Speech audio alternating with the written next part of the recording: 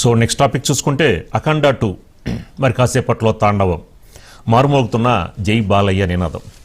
బాలకృష్ణ తాండవం చేయడానికి సిద్ధమయ్యారు.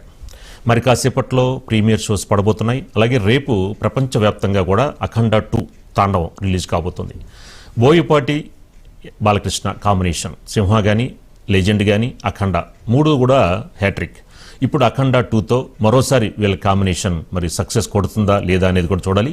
యాక్చువల్గా డిసెంబర్ 5న రిలీజ్ అవ్వాల్సింది, కానీ కొన్ని కారణాల వల్ల ఈ సినిమా రేపు రిలీజ్ కాబోతోంది. ఈరోజు ప్రీమియర్ షోస్ ఆల్రెడీ జరుగుతున్నాయి. దీనికి సంబంధించి కూడా కోర్టులో ఈ యొక్క ధరల విషయంపై ప్రీమియర్ షోస్, అలాగే రేపు జరగబోయే ఈ రేపటి నుంచి 2 డేస్ పాటు ఈ ధరల పెంపుపై కూడా ఒక లాయర్ కూడా కోర్టును ఆశ్రయించడం, లంచ్ మోషన్ పిటిషన్ వేయడం.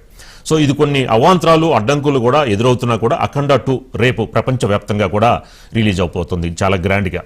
ఇక ఇదే అంశానికి సంబంధించి మనకి మరింత ఇన్ఫర్మేషన్ మా స్పెషల్ కరెస్పాండెంట్ దుర్గేష్ అందిస్తారు. దుర్గేష్, ఏంటి ఎలా ఉండబోతుంది రిలీజ్? మరి ఫ్యాన్స్ ఏమంటున్నారు? మరి ఒక పక్కన కొన్ని అడ్డంకులు అవాంతరాలు ఎదురవుతున్నాయి. ఏంటి ఎలా ఉండబోతుంది అంటారు రేపు? అఖండ 2కు ఆది నుంచి అంతరాయం ఏర్పడుతున్న పరిస్థితి మనం చూస్తాం. ఈ నెల 5th నాడు రిలీజ్ కావాల్సిన సినిమాకు సంబంధించినటువంటి హడ్డు కట్టబడ్డ నేపథ్యంలోనే మళ్ళీ ఎట్టకెళ్లకు తిరిగి ఈ నెల 12th నాడు కూడా రిలీజ్కు సిద్ధమైనటువంటి పరిస్థితి మనం చూస్తాం. సిద్ధమైన నేపథ్యంలోనే ఇవాళ హైకోర్టులో పిటిషన్ దాఖలు చేయడం, అంటే రేట్లు ఏదైతే ప్రభుత్వం జారీ చేసినటువంటి 120 జీవో ఏదైతుందో ఆ జీవోను రద్దు చేయాలని చెప్పి సామాన్య ప్రజలు సినిమా చూడలేకపోతారు, ఎక్కువ రేట్లు పెంచారు. దానివల్ల అని చెప్పేసి కోర్టులో పిటిషన్ దాఖలు చేస్తే పిటిషన్ వాదనలు జరిగిన తర్వాత కూడా ఆ ప్రభుత్వం ఇచ్చినటువంటి జీవోను కూడా డిస్మిస్ చేసిన పరిస్థితి చూస్తాం. అంటే ప్రీమియర్ షోకి ఒక్కొక్క టికెట్ 600 రూపాయలకు తీసుకున్నటువంటి వసూలు చేస్తున్నారు, ధరలు పెంచారు, సినిమా టికెట్లు మళ్ళీ పెంచారు. ఇదంతా కూడా సామాన్య ప్రజలపైన భారం పడుతున్నటువంటి నేపథ్యంలోనే డిస్మిస్ చేసిన నేపథ్యంలోనే మళ్ళీ ఎప్పటికెళ్ళక ప్రస్తుతానికైతే సినిమా షోలు అయితే నడుస్తున్న పరిస్థితి. హైదరాబాద్ నగరంలో ఉన్నటువంటి బెనిఫిట్ షోస్ అన్ని కూడా నడుస్తున్నటువంటి పరిస్థితి. మరి రేపు బ్యానర్ సంబంధించినటువంటి ప్రొడ్యూసర్ కానీ సినిమాకు సంబంధించిన వాని కానీ లేకుంటే హోమ్ సెక్రటరీ వీళ్ళు కూడా హైకోర్టు కూడా నోటీసులు జారీ చేసినటువంటి పరిస్థితి మనం చూసాం. రేపు సినిమాకు సంబంధించిన ఫోటో వాళ్ళు కూడా కౌంటర్ దాఖలు చేయాలని చెప్పేసి హైకోర్టు కూడా చెప్పినటువంటి నేపథ్యం రేపు కౌంటర్ దాఖలు చేయబోతున్న పరిస్థితి.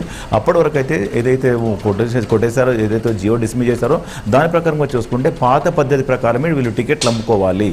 ఆ కౌంటర్ దాఖలు చేసేంత వరకు, కోర్టు నిర్ణయించేంత వరకు కూడా వీళ్ళు పాత టికెట్లో ఏదైతే రేటు ఉందో గతంలో ఉన్నటువంటి రేటు మాత్రమే దాని ప్రకారం సినిమా టికెట్లు అమ్ముకోవాలి. కనుక ఎక్కువ మాత్రం అమ్ముకుంటే మాత్రము పరిస్థితులు కూడా కొంచెం ఇబ్బంది కంటే కోర్టును ధిక్కరించినట్టు అవుతుందని కూడా చెప్పుకోవచ్చు. ఎందుకంటే రేపు కౌంటర్ దాఖలు చేస్తే కోర్టు ఏదైతే నిర్ణయిస్తుందో దాని ప్రకారం వాళ్ళకి ఒకవేళ అవసరం అనుకుంటే అప్పుడు కోర్టు ఆదేశాల మేరకు వీళ్ళు నడుచుకోవాల్సిన పరిస్థితి. అప్పటివరకు అయితే ప్రభుత్వం ఇచ్చినటువంటి జీవో ఇదైతుందో దాన్ని డిస్మిస్ చేయడం జరిగింది. ప్రభుత్వం కూడా 120 జీవో ఎందుకు ఇచ్చింది అదంటే టికెట్లు రేట్లు పెంచుకోవచ్చు, పెంచుకున్న తర్వాత అమౌంట్ ఏదైతే ఉందో సినిమా కార్మికులకు సెట్ కానివ్వండి, వాళ్ళు పనిచేస్తున్నట్టు కార్మికులు, సినిమా రంగంలో పనిచేసిన కార్మికులు ఎవరైతారో వాళ్ళకు 20% కమిషన్ ఇవ్వాలి, వాళ్ళకు 20% ఇవ్వాలి అని చెప్పి ప్రభుత్వం నిర్ణయించడం జరిగింది. అంటే గతంలో ఉండే రేవంత్ రెడ్డి కూడా చెప్పడం జరిగింది, కార్మికులకు ఆదుకుంటామని చెప్పాడు. ఆ సినిమాకి సంబంధించిన టికెట్ల కోసం ప్రభుత్వం జారీ చేసినటువంటి జీవో ఏదైతే ఉందో దాన్ని డిస్మిస్ చేసిన పరిస్థితి మనం గమనించాలి. సీతారామరాజు. దుర్గేష్,